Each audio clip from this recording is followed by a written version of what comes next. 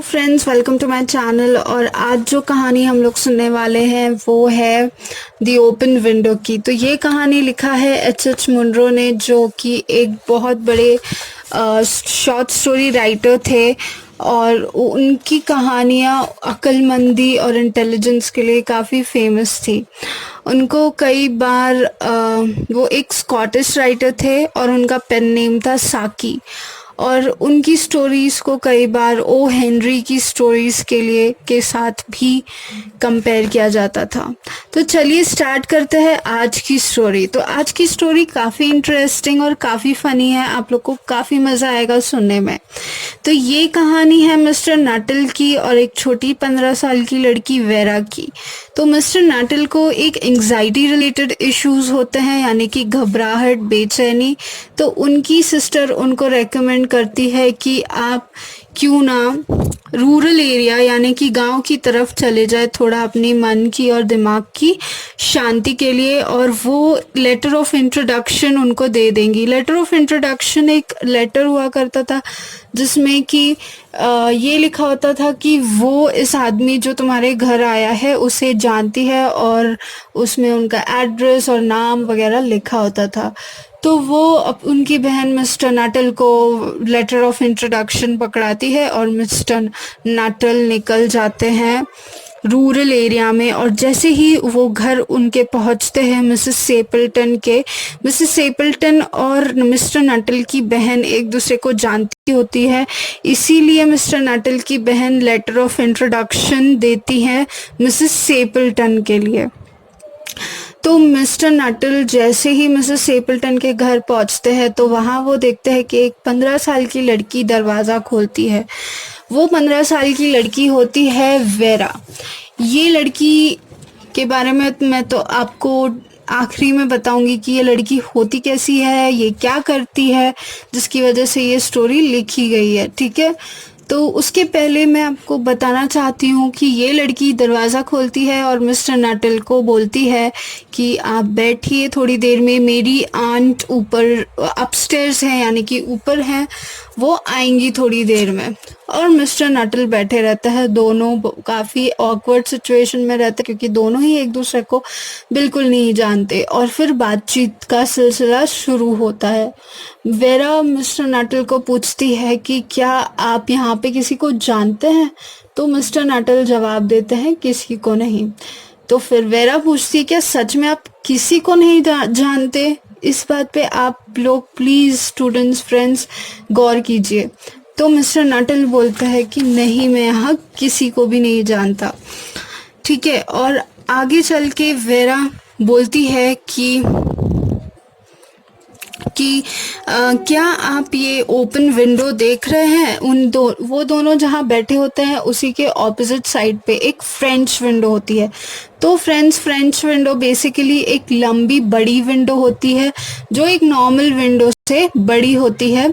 और ये जो इनके घर की मिसेस सेपल्टन के घर की जो फ्रेंच विंडो होती है वो लॉन की तरफ से खुलती है और वो खुली होती है और ये दोपहर का वक्त होता है। तो वेरा बोलती है कि क्या आपको पता है ये ओपन विंडो खुली है, आई होप आपको मतलब प्रॉब्लम नहीं है। तो मिस्टर नाटल बोलते हैं कि जी मुझे कोई प्रॉब्लम नहीं है।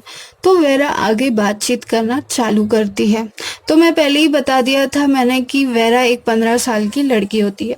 वेरा बोलती है कि क्या आपको पता है मेरी आंट जो है मिसेस सेपल्टन, तो वेरा एक्चुअली मिसेस सेपल्टन की नीस होती है, यानी कि मिसेस सेपल्टन वेरा की आंट होती है। तो वेरा बोलती है कि आपको पता है मेरी आंट मिसेस सेपल्टन के साथ एक बहुत बड़ी ट्रेजेडी हो गई थी 3 साल पहले। तो मिस्टर नाटल ये सुनते ही उनको काफ़ी दुख होता है, काफ़ी पेन फील होता है कि अरे बाप रे उनके साथ ट्रेजेडी हुई है। वो खुद ही पहले से थोड़े से बीमार होते हैं, ऊपर से ये और उनको थोड़ा सा शॉक कर देता है। तो वेरा आगे कहानी बताना चालू करती है कि एक दिन वो लोग शिकार करने गए थे और वो लोग यानी कि मिसेस सेपल्टन के हस्बैंड और मिसेस सेपल्टन के 2 छोटे भाई उनके पालतू कुत्ते के साथ। वो पालतू कुत्ता स्पेनियल था। स्पेनियल एक कुत्ते की प्रजाति है, जैसे बहुत सारे टाइप्स के होते हैं, जैसे कुछ डॉबरमैन होते हैं, कुछ रिट्रीवर्स होते हैं, तो ये स्पेनियल था। तो उसके साथ गए थे और वो इस दिन के बाद कभी नहीं लौटे और वो लोग मर गए और उनकी डेड बॉडीज भी कभी नहीं मिली। ये सुन के मिस्टर नाटल काफ़ी घबरा जाते हैं, काफ़ी उन्हें दुख होता है ये सब सुनने के बाद, क्योंकि अचानक से माहौल काफ़ी दुखद हो जाता है। वो आए तो थे अपनी मन की और दिल दिमाग की शांति के लिए, मगर अचानक से वो पूरा एटमॉस्फेयर बदल के और दुखद हो जाता है, जो कि उनकी जो शांति थी वो भंग हो जाती है, जो थोड़ी बहुत भी थी।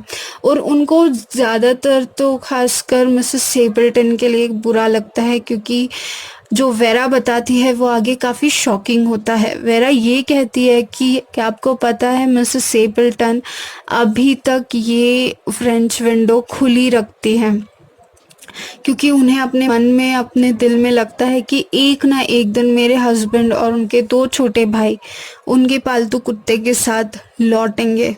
ये सुन के मिस्टर नाटल बहुत ज़्यादा दुखी हो जाते हैं।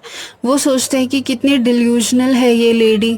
डिल्यूजनल यानी कि सच झूठ चीज़ों को, या जो चीज़ है ही नहीं उसको मान लेना। तो वो सोचते हैं कि ये कितनी डिल्यूजनल लेडी है। उनको मिसेस सेपल्टन के लिए काफ़ी दुखी महसूस होता है, और मैंने जैसे कि पहले ही बताया कि वो पहले से ही काफ़ी दुखी होते हैं और उनको वो एंग्जाइटी रिलेटेड इश्यूज होते हैं, जो कि अभी उनके लिए अनकंफर्टेबल सिचुएशन होती जाती है। और वेरा आगे कहानी चालू रखती है और बोलती है कि, और वो कहती है कि उनकी बॉडीज नहीं मिली, वो शायद से दलदल में धंस गए थे या क्या हुआ, मगर 3 साल से ये विंडो खुली रहती है रात तक, यानी कि जब तक अंधेरा नहीं हो जाता, जब तक अंधेरा होने का वेट करती है वो कि वो आएंगे, उसके बाद वो बंद कर देती है और फिर से वो खिड़की खुली रखने का सिलसिला दूसरे दिन से चालू रहता है। ये सब सुन के वो काफ़ी हैरान थे और वो काफ़ी शॉक्ड थे मिस्टर नटल। थोड़ी ही देर में मिसेस सेपल्टन नीचे आती है और बोलती है कि क्या वेरा अच्छी रही और क्या उसने आपको एंटरटेन किया। तो मिस्टर नटल बोलते हैं कि वेरा बहुत इंटरेस्टिंग थी और उसने मुझे कोई परेशानी नहीं दी। तो ये सिलसिला मिलने जुलने का चालू ही होता है कि मिस्टर नटल की नज़र ओपन और कि वेरा की आंट मिसेस सेपल्टन जाती है उस खिड़की की तरफ और बोलती है, अरे mister Nuttall, I hope you don't mind कि ये विंडो खुली है, मेरे हस्बैंड और मेरे 2 छोटे भाई आते ही होंगे। तो ये सुन के तो मिस्टर नटल को लगता है कि अरे बाप रे, ये तो लेडी सच में, उसे अभी भी लग रहा है कि वो आएंगे। वो ये सब नज़ारा देख के और ये सब एटमॉस्फेयर देख के काफ़ी दुखद महसूस करते हैं, काफ़ी डिप्रेस्ड और काफ़ी डिस्टर्ब्ड महसूस करते हैं। और ये सब सिलसिला चालू ही होता है कि मिस्टर नटल की आंखें ओपन विंडो के बाहर पड़ती है, यानी कि वो फ्रेंच विंडो के बाहर पड़ती है, और वो देखते हैं कि 3 फिगर्स, यानी कि 3 आदमी जैसे शैडो उनके पास आ रही है। और वो जैसे ही पास आते आते वो क्लियर हो जाता है कि ये 3 वही लोग हैं जिसके बारे में वेरा बात कर रही थी। वो बहुत डर जाते हैं और वो विंडो की तरफ से ही आते होते हैं और अंदर ही आने वाले होते हैं। और वो 3 लोगों को देख के मिस्टर नटल इतने घबरा जाता है कि वो अपनी हैट और अपनी छड़ी उठा के भाग जाता है घर के बाहर। और वो एक साइकिल वाले से भी टकराने वाले होते हैं, बट वो बच जाते हैं और सीधा भागते हैं दौड़ के जोर से। और वो ऐसा क्यों करते हैं, क्योंकि वेरा ने जो कहानी बताई थी उस हिसाब से तो वो सब लोग मर चुके थे, बट अचानक से उनको देख के उन्हें, मिस्टर नटल को लगता है कि ये सब भूत एक साथ चले आ रहे हैं और कुत्ता भी भूत बन के चला रहा है। ये सब देखते ही वो काफ़ी डर जाते हैं। बाद में मिसेस सेपल्टन जब अपने हस्बैंड को अंदर बुलाती है और सब करती है, तो मिस्टर सेपल्टन के हस्बैंड पूछते हैं कि ये जेंटलमैन कौन थे। तो मिसेस सेपल्टन बोलती है कि ये तो, अरे इन्होंने तो कहा भी नहीं कि ये जा रहे हैं, बस उठाई अपनी छड़ी और अपना हैट और चल दिए, भाग लिए। और वो लोग एक्चुअली, वो जो मिसेस सेपल्टन के हस्बैंड और दो छोटे भाई थे, वो लॉन की तरफ से, उस फ्रेंच विंडो की तरफ से इसीलिए आया करते थे क्योंकि शिकार करने के बाद उनके पैर और उनके जूते सब में मिट्टी लगी होती थी, तो वो पूरा मेन दरवाजे से अंदर आके पूरा घर ना खराब करे, इसीलिए वो इस फ्रेंच विंडो से आया करते थे, ये रीज़न है। तो वेरा बोलती है कि मिस्टर नटल इसीलिए नहीं भागे, उनकी गलती नहीं है कि उन्होंने कुछ कहा नहीं और वो भाग लिए। एक्चुअली जब उन्होंने कुत्ते को आते हुए देखा तो वो डर गए, क्योंकि इंडिया में जब वो थे थोड़े दिन के लिए, तो गंगा रिवर के पास कुत्तों की एक फौज ने उनका पीछा किया, उनको भगाया, दौड़ाया, उनका पीछा किया और एक पूरी रात उनको कब्रिस्तान में बितानी पड़ी। इसीलिए उनको डॉग्स का फोबिया हो गया है, तब से वो डॉग से काफ़ी डरते हैं। वो गंगा के इंसिडेंट्स के बाद, गंगा रिवर के इंसिडेंट्स के बाद, इसीलिए वो जैसे ही उसने उस डॉगी को देखा वो भाग लिए। तो ये होती है कहानी यहाँ ख़त्म। तो फ्रेंड्स, यहाँ पे अटपटा क्या था? फर्स्ट थिंग तो वेरा एक्चुअली झूठ बोल रही थी पूरे टाइम, क्योंकि वेरा एक मिस्चीवियस, शरारती लड़की थी जो कहानियाँ बनाने में काफ़ी होशियार थी। वो छोटे ही वक्त में कहानी बना लेती थी और लोगों को उल्लू बनाया करती थी, उनके साथ मजाक किया करती थी, जिसको बोलते हैं प्रैक्टिकल जोक्स, जो हम सभी ने कभी ना कभी अपने लाइफ में किए ही होंगे किसी ना किसी पर, क्योंकि फन होता है फ्रेंड्स के साथ, घर वालों के साथ, कभी ना कभी कोई जोक कर ही देता है, इसमें कोई बुरा नहीं है। तो वेरा भी यही कर रही थी।